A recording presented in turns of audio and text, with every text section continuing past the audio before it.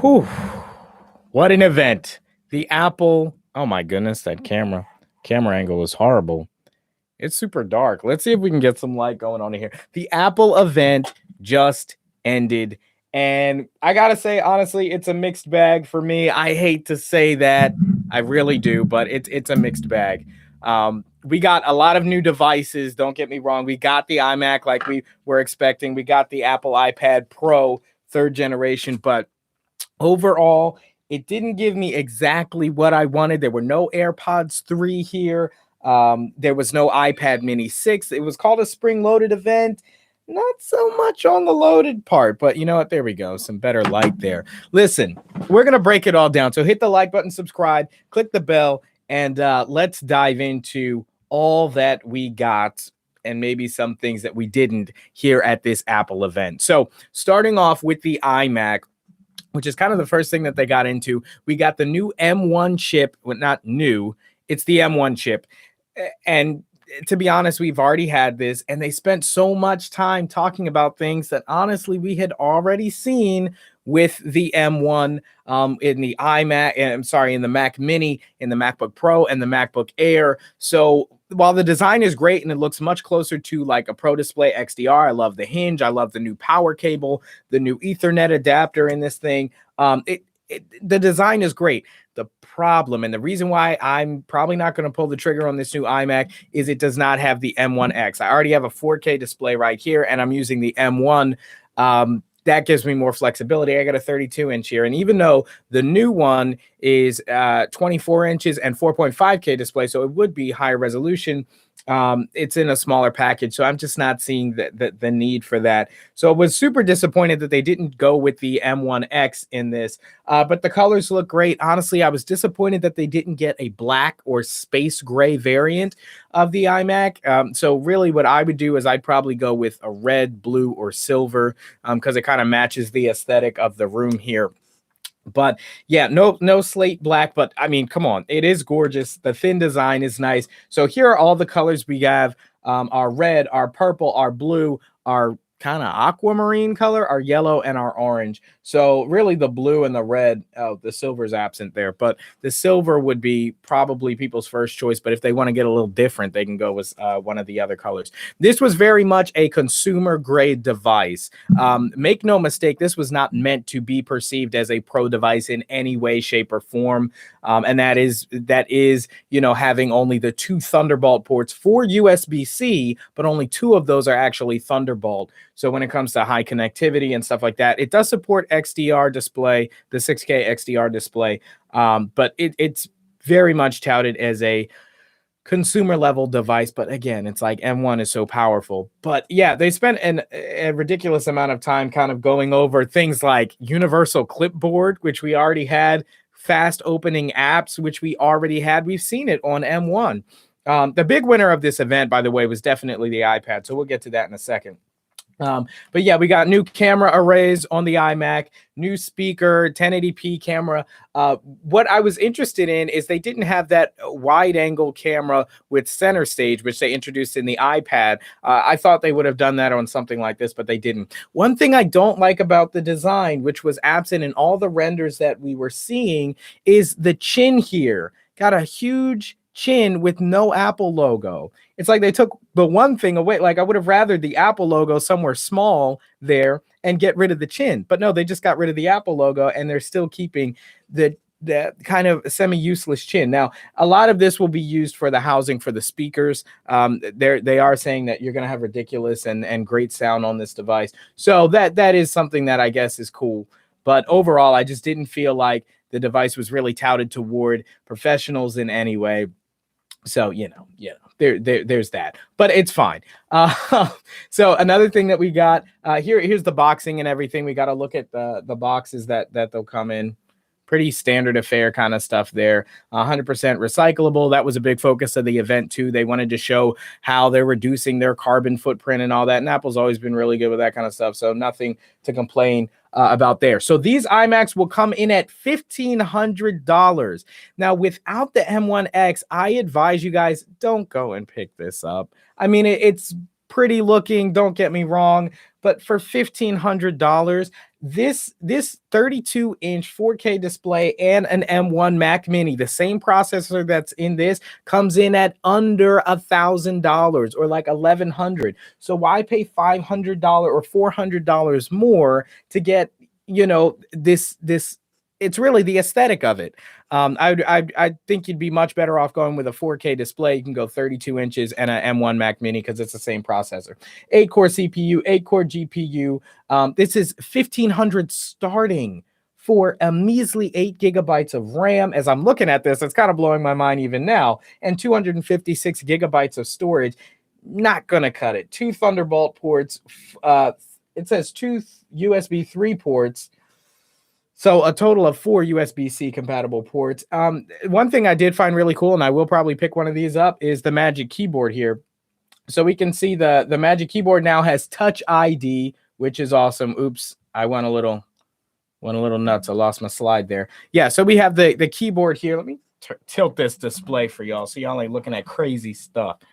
So y'all can see that a little bit better. So there's Touch ID. That's actually really cool. And they do have a numeric version, so like the bigger size keyboard with the Touch ID. That's really great, especially with the M1 Mac Mini. I haven't had Touch ID in a while on one of my Macs, and so that's a welcome change. So that's a good thing. And then here's just an overview of everything we're going to be getting with these M1 Max. So you have Dolby Atmos speakers, 6-speaker sound system, whatever. 1080p FaceTime camera.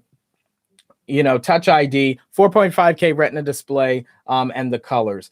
Besides that, it's there's not much new to look at. Aesthetically, it's gorgeous, but other than that, no. You see the up to 2 times faster GPU, 3 times faster machine learning. This is compared to Intel Macs, and we've already seen the numbers with Intel Macs being compared to M1. We saw that with the MacBook Pros and stuff.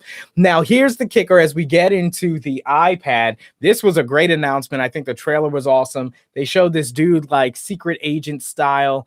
That's a horrible picture, screenshot. Secret agent style sneaking through Apple inside the Apple Loop, grabbing the M1 chip out of the new M1 iMac and bringing it into the iPad Pro. Now, this is the one that is mighty tempting for me, guys. It's still a little dark. I'm going to work on getting another light. Hold on. So it's super tempting. Let's brighten that up there because for these reasons. Hold on. Let's do light, turn on. Oops. Let's go. What do we want to do here? Here we go. Brighter? Does that help? Not really. Anyway, so here's why the iPad Pro is so tempting to me. Right now, I have the 2nd generation iPad Pro and an M1 Mac Mini. Those are kind of my daily drivers.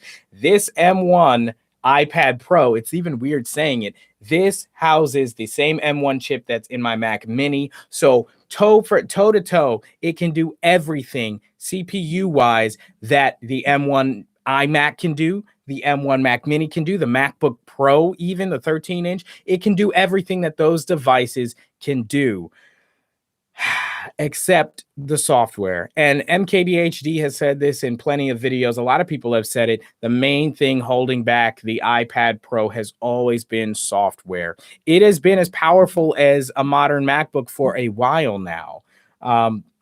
And now with M1, it still maintains that, it's on par with current Macs. But the thing holding the iPad back, and I was so disappointed in this, is the software. I was hoping to get an announcement that Final Cut Pro would be happening or Logic Pro 10. And in theory, now that this is running M1, it is fully capable of running these softwares, including DaVinci Resolve.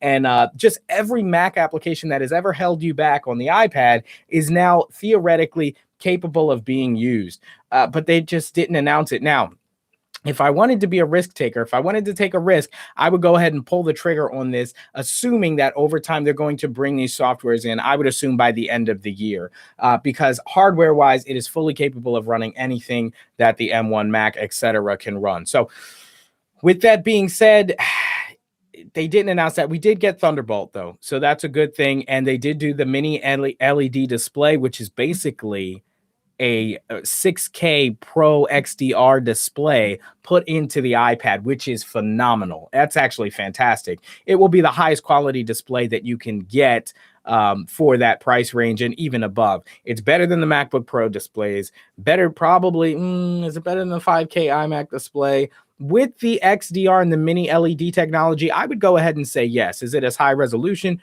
No. But when you think about the other technologies, 1,000 nits of brightness that's coming with this display, it will be the best display in your house.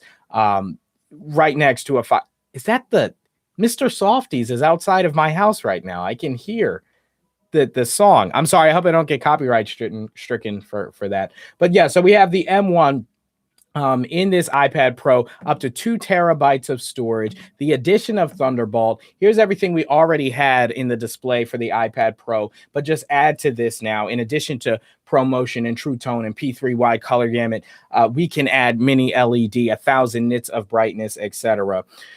So that's a great thing. We will be able to, for content creators and people, even content consumers who just want to be able to view their stuff in the highest quality possible. It's not going to get any better than the M1 iPad Pro. I keep wanting to say M1 iMac. So now let's get into the pricing for this. The 11-inch iPad Pro still is at $799. But here's the great thing. This new iPad Pro, $1099. It looks backwards on the display. $1099, just over $1,000. This is what is tempting me. I can basically take my 2nd generation iPad Pro here and my M1 Mac Mini, and if I were to, sorry, that might have clipped on the mic. If I were to just smash those together, this is the device that we would get, and it's at under $1,000. I think I'm going to pull the trigger on that, but I don't know. Let me know in the comments. Chat it up with me, guys, if you think that's something that I should do. Obviously, if I do it, we're going to do a video on it. Here are all the features here of the new iPad Pro. We got center stage with the new 12 megapixel wide camera, which moves around. I'm sure you guys have seen those kind of smart devices which move the camera with face tracking, etc. Now the iPad is going to be able to do that with its wide camera. The addition of Thunderbolt continues the all-day battery life, ProMotion, 4K speaker array, and these speakers have always been just a beast feature on the iPads. They rival the MacBook Pros. People are always like, when they're using their laptops, and they're like, why is your iPad louder than my whatever? So we've got the wide cameras. We got LiDAR, which is nothing new. Wi-Fi 6, which is nothing new. Face ID, which is nothing new. 5G they did add, and I'm actually glad that it did not take a super big, long portion of the event was them announcing 5G coming to the iPad, because we know with the iMac, they took something super simple as the addition of M1, and they took like 15 minutes talking about M1, which was already announced, and all the new fast things that you could do with M1. It's like, we've been there, we've done that.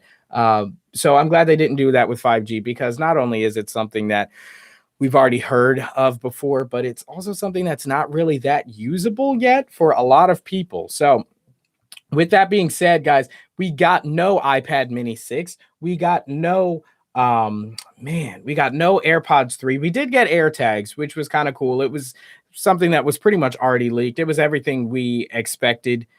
No more, no less. A 4-pack is $100, which is actually a really great deal. And, you can get one for $29, which is great. I'm probably immediately going to grab one of these. And now a motorcycle right outside. It's like, today is the busiest day on my street when I got stuff to do. Anyway, so yeah, I'm going to definitely grab one of these for my wallet, as I just lost my wallet and spent 20 minutes trying to find it just yesterday. While I was trying to leave the house. So yes, guys, this was a quick reaction to the Apple event. I will be going in depth with each of these devices, and of course I will let you know if I end up picking up the iPad Pro, but I'm just not going to pull the trigger on the new iMac. It is the ugly part of this event.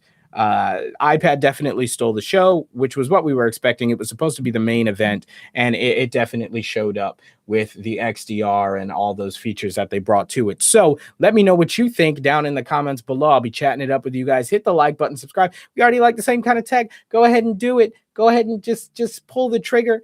Cost you nothing, and you'll just be up to date on the latest and greatest in Apple. Thank you guys so much for watching. It's the Granite Geek Show. And I never get